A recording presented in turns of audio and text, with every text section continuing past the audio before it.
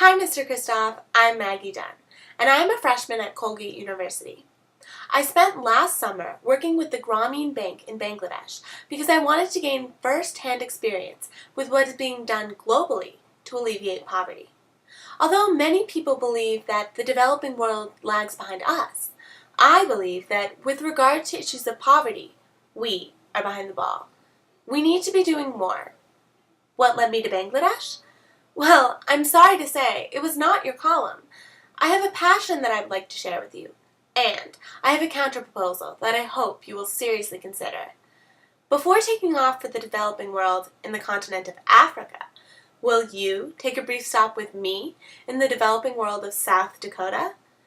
I would like to show you and your followers the Pine Ridge Reservation, one of the poorest regions in the United States, and a third world territory located right in our own backyard. Then we can take off for Africa and consider how we can apply what we learned there to those suffering at home. Life on Pine Ridge is unlike life anywhere else in our nation. Alcoholism, teen suicide, and infant mortality are virtually epidemics. Let me introduce you to Jetta and her little brother Striker. They live with their siblings and about 10 other people in this trailer. I met Jetta on my first trip to the res. Here I am pictured giving Jetta books and school supplies. It was under 30 degrees outside, and yet Jetta was wearing only a t-shirt and flip-flops. She did not own a coat. One thing that stood out to me about Jetta, in contrast to many of the adults around her, was that she possessed such optimism, hope, and enthusiasm for a better future. Shortly after this picture was taken, Jetta's young mother sadly died.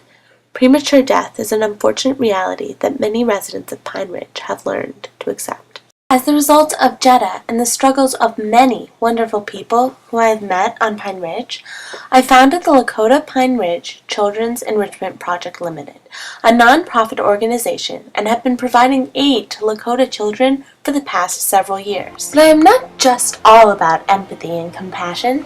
I'm also a figure skater, and I am accustomed to getting myself in and out of awkward positions. And as a result, you will not have to worry about me in Africa. In Bangladesh, I survived Dhaka's crazy traffic. I traveled with interpreters to rural villages, slept under mosquito nets, and yes, I also had the opportunity to spend some time with the man himself, Professor Muhammad Yunus. By reporting on your trip, I will become better prepared to tackle poverty both at home and abroad.